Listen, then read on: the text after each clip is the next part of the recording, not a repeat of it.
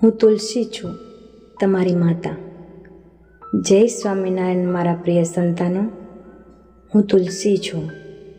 કદાચ તમે મને તમારા ઘરના આંગણામાં જોયા હશે. કદાચ રોજ મને જળ અર્પણ કરતા હશો, અથવા કદાચ ભગવાનના ચરણોમાં મને અર્પણ કરતા હશો. પરંતુ આજે હું તમને મારી પોતાની કથા કહેવા આવી છું. મારી ઓળખ માત્ર એક છોડ તરીકે નથી. હું ભક્તિનું પ્રતીક છું, પવિત્રતાનું પ્રતીક છું અને ભગવાનના ચરણોમાં સ્થાન પામેલી એક સેવિકા છું. આજે હું તમને મારી ઉત્પત્તિ, મારા મહિમા અને મારા જીવનનો હેતુ જણાવવા માંગુ છું. ઘણા વર્ષો પહેલાં દેવો અને ઋષિઓના સમયમાં મારી કથા શરૂ થઈ હતી. શાસ્ત્રોમાં મને વૃંદા તરીકે ઓળખવામાં આવે છે. હું ભગવાન પ્રત્યે અખંડ ભક્તિ ધરાવતી હતી. મારી ભક્તિ, પવિત્રતા અને સમર્પણથી પ્રસન્ન થઈ ભગવાને મને આશીર્વાદ આપ્યા કે પૃથ્વી પર હું તુલસી સ્વરૂપે સદાય પૂજનીય રહીશ. ત્યારથી હું દરેક ભક્તના ઘર સુધી પહોંચી છું. જ્યારે કોઈ ભક્ત પ્રેમથી મને જળ અર્પણ કરે છે, ત્યારે હું માત્ર પાણી જ સ્વીકારતી નથી, હું તેના હૃદયની ભક્તિ પણ સ્વીકારું છું. જ્યારે કોઈ મારી પ્રદક્ષિણા કરે છે, ત્યારે હું તેના જીવનમાં સદવિચાર અને સાત્વિકતા વધે તેવી પ્રાર્થના કરું છું. ભગવાન વિષ્ણુ, શ્રી કૃષ્ણ અને સ્વામિનારાયણ ભગવાનને હું અત્યંત પ્રિય છું. તમે ભવ્ય ભોગ ધરાવો કે સાદું ફૂલ ચડાવો, પરંતુ જો તેમાં પ્રેમથી અર્પણ કરેલું એક નાનું તુલસીપત્ર હોય તો ભગવાનની પ્રસન્નતા અનેક ગણી વધી જાય છે. આ મારા મહિમાનો નહીં, પરંતુ ભક્તિના મહિમાનો વિજય છે.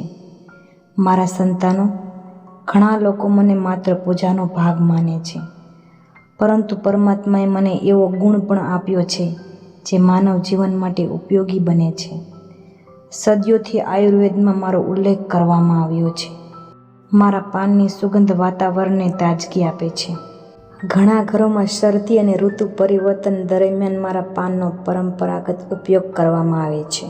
ઘણા લોકો મારા પાનનો કાળો બનાવે છે. ઘણા લોકો સવારે મારા થોડા પાનનું સેવન કરે છે. પરંતુ હું તમને યાદ અપાવવા માગું છું કે હું કોઈ અત્યંત ચમત્કારિક દવા નથી. હા, રાહત જરૂર આપું છું. સ્વાસ્થ્ય સંબંધિત કોઈ સમસ્યા હોય તો યોગ્ય તબીબ સલાહ લેવી જરૂરી છે.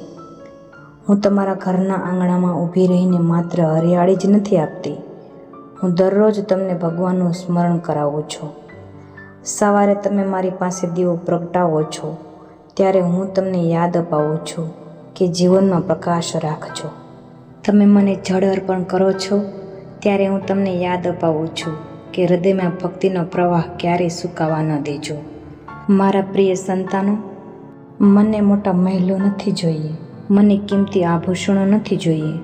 મને માત્ર એટલું જોઈએ છે કે તમારા હૃદયમાં ભગવાન પ્રત્યે પ્રેમ રહે, તમારા જીવનમાં સદાચાર રહે અને તમારા ઘરમાં ભક્તિનું વાતાવરણ રહે. જો તમારા ઘરમાં હું બિરાજમાન હોઉં તો મારી સેવા કરજો. મારી પાસે થોડો સમય બેસીને ભગવાનનું નામ સ્મરણ કરજો.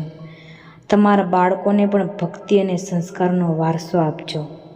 હું તુલસી છું, ભગવાનના ચરણોની સેવિકા, ભક્તિના માર્ગની સાથી અને તમારા ઘરની પવિત્રતા જાળવનારી એક નાની માતા.